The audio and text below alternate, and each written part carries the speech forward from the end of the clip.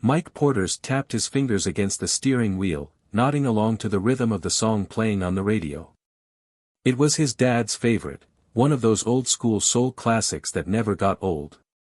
Today was special. He was on his way to set up a surprise birthday party for his father, a man who had spent his life serving and protecting their community. The plan was simple: get to the house before his dad finished his shift, set up the decorations, and make sure the food was ready. His mother and sister were already there, handling the cake. All he had to do was arrive on time. But just as he turned onto a quiet street, his heart sank. Flashing red and blue lights filled his rearview mirror. His stomach twisted. He checked the speedometer. He wasn't speeding. He hadn't run a light. What was the reason? With a deep breath, he slowed the car to a stop on the side of the road. His fingers instinctively moved to turn off the engine and place his hands on the steering wheel, just like his dad had taught him. A few seconds later, heavy boots crunched against the pavement. The officer approached with slow, deliberate steps. Mike took a quick glance through the side mirror. A woman. White. Mid-40s. Square jaw. Cold eyes. She stopped at his window, her hand resting near her holstered weapon. The name tag on her chest read, K. Lawson. "You from around here?" she asked, her voice sharp and clipped. Mike nodded. "Yeah, just heading to my dad's house." "I've got." "Don't lie to me," she cut him off, her eyes narrowing. Mike blinked. "I'm not." She leaned in slightly, scanning the inside of the car like she expected to see something illegal. "You're up to something, aren't you?" His stomach twisted. "Here we go." Mike kept his hands where she could see them, forcing himself to stay calm. "No, ma'am. I was just saying." Lawson's eyes darkened with suspicion. "License and registration. Now." Mike reached slowly for the glove compartment. He wasn't going to give her any excuse to escalate the situation. His fingers barely brushed the documents before she barked. Slowly. His hands froze. This wasn't a traffic stop. Mike had seen this happen before. Videos online, news reports, stories of men who looked just like him, pulled over for looking suspicious. He had always hoped he'd never be in that position. But now, he was living it. His hands trembled slightly as he handed over his license and registration. Lawson snatched them from his grasp, eyeing him like he was already guilty of something. And Mike had the sinking feeling that no matter what he said, she had already decided he was. Mike sat perfectly still, watching as Officer Lawson examined his license like she expected it to be fake. She frowned. "Whose car is this?" "Mine," he said, keeping his voice even. Lawson arched an eyebrow. "Really? A brand new car like this?" Mike clenched his jaw. "Yes, ma'am. It's registered in my name. You have the paperwork." But she wasn't listening. She wasn't even looking at the registration anymore, her eyes were locked onto him, filled with something he had seen too many times before. "You fit the description," she muttered. His pulse spiked. "What description?" "Excuse me." "A suspect in the area.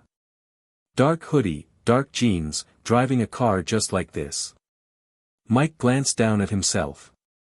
A gray t-shirt. Fitted jeans. No hoodie. "That's not me," he said carefully. Lawson smirked. "That's exactly what a guilty man would say." Mike's breath caught in his throat. This was bad. "Step out of the vehicle," she ordered. His fingers tightened around the steering wheel. "Officer, please." "Now," she barked, her hand moving dangerously close to her holster. Mike knew better than to argue. He slowly unbuckled his seatbelt, raising his hands as he stepped out of the car. The moment he was on his feet, she grabbed his wrist and twisted it behind his back. "Hey! Before he could protest, the sharp click of cold steel snapped around his wrist. "Turn around," she commanded, yanking his other arm back and cuffing it. Mike's pulse pounded in his ears. This was happening. "You have no reason to arrest me," he said, his voice calm but firm. Lawson snorted.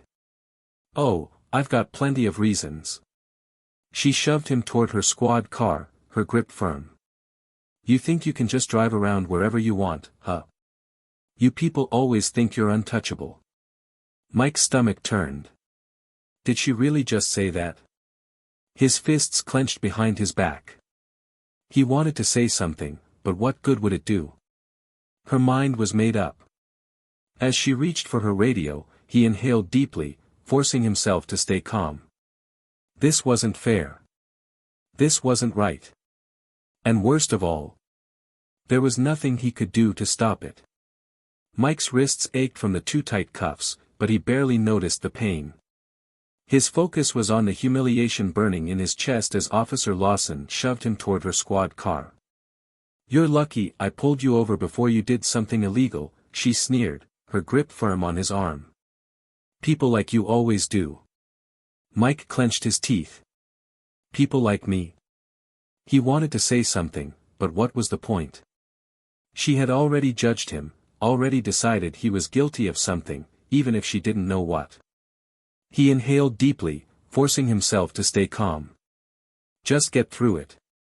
Just survive it.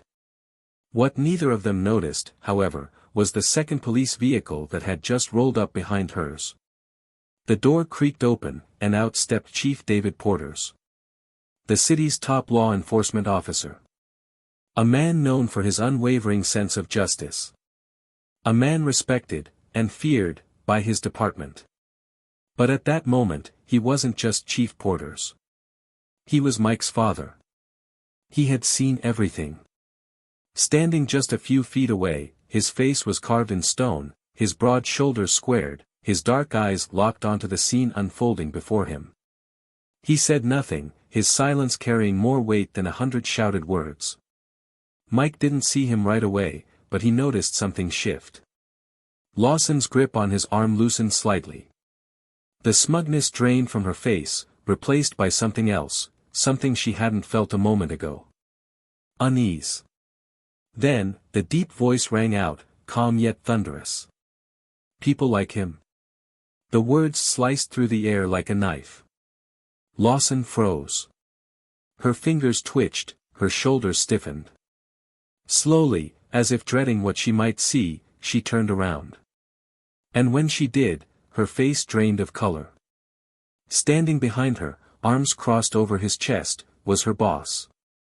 "Chief," she stammered, blinking rapidly. Mike looked over his shoulder, his heart skipping a beat. Relief flooded through him at the sight of his father's familiar, steady presence. Chief Porters said nothing at first. He simply stared at her, his gaze drilling into her, demanding an explanation without needing to speak a single word. Lawson swallowed hard, suddenly looking much smaller than before. The confidence she had moments ago, the arrogance, was gone. She had no idea who she had just handcuffed. And now? She was about to find out. Chief? Lawson's voice cracked as she took an uneasy step back. Her hands trembled at her sides, and her gaze flickered between Mike and his father like she was piecing together a puzzle she wished she had never started. But Chief Porters didn't acknowledge her right away. He moved past her like she wasn't even there, stopping right in front of his son. "Are you all right, son?" he asked, his voice softer now, but still lined with the barely contained fury of a man who had just watched his own flesh and blood be mistreated. Mike exhaled, the tension in his chest loosening just slightly. "Yeah, Dad, but she..." "She what?" The chief's voice sharpened, and for the first time, he turned his full attention to Lawson. His gaze locked onto hers, hard and unyielding. "Go ahead, Officer Lawson. Tell me what my son did wrong." Silence. Lawson opened her mouth, but no words came out. "You pulled over a car for no reason," the chief continued, his voice dangerously low. You accused him of a crime he didn't commit. You arrested him without cause. You used racial slurs against him. Did I miss anything? Mike watched as Lawson visibly shrank under the weight of her superior's fury. I thought, she tried weakly. You thought what? The chief stepped closer, his towering presence suffocating. You thought he looked suspicious. You thought he fit a description. He spat out the words like they were poison. Or did you just think you could get away with abusing your authority? Lawson swallowed hard. Chief, I didn't realize. You didn't realize. His voice was ice now. You didn't realize that an innocent man was being harassed? That a law-abiding citizen was being handcuffed on the side of the road with no justification? He leaned in slightly. Or did you just not care? Lawson's lips trembled. Sir, I was just doing my job. No. The word struck like a hammer. This isn't your job, the chief said. Your job is to protect and serve. Not profile. Not discriminate. Not abuse your badge. Mike's breath hitched as his father turned slightly, his jaw clenched. Take off his cuffs. Lawson hesitated, her fingers twitching. Now. The order was final. With shaking hands, Lawson reached for the key at her belt. It took her 3 tries to unlock them, and when she finally did, Mike's wrists were free. Rubbing at the sore spots, he met his father's gaze. Thanks, Dad. The chief gave him a small nod before shifting his focus back to Lawson. You're done here, he said flatly. Her eyes widened. Sir, You're suspended, effective immediately. Report to my office first thing in the morning. If you're lucky, you'll only be fired. Lawson staggered, disbelief flashing across her face. Chief, please. Get out of my sight. A long, heavy silence stretched between them before she finally nodded, backing away. Mike exhaled, his father's firm hand on his shoulder grounding him. This had been a night he would never forget. But for Officer Lawson, it was the night she learned that justice always has a witness. The cold metal of the handcuffs was gone, but the sting of injustice still lingered on Mike's wrists. He flexed his fingers, shaking off the discomfort, his pulse still pounding with adrenaline. Chief Porters didn't even give him a second glance before turning his full wrath onto Officer Lawson. You've disgraced this uniform, he said, his voice low but powerful, like a storm building on the horizon. You are officially stripped of your badge. Hand it over. Lawson stiffened. Sir, please, Now. The single word echoed in the still night air, cutting through any weak excuse she was about to sputter out. With shaking hands, she reached for her badge, the very symbol of the power she had just abused. Her fingers fumbled with the clasp, reluctant to let go, but she knew there was no way out of this. Finally, she pulled it free and placed it into the chief's outstretched palm. The moment it left her grip, it was like her entire world came crashing down. You're done, Chief Porters continued, his voice unwavering. Not just in this department. Not just in this city. You will never wear a badge again. Anywhere. Lawson's mouth opened and closed, her throat working as if she wanted to argue, but what could she possibly say? She had been caught red-handed, her arrogance now reduced to nothing more than trembling regret. Tears welled in her eyes, not tears of remorse, but humiliation.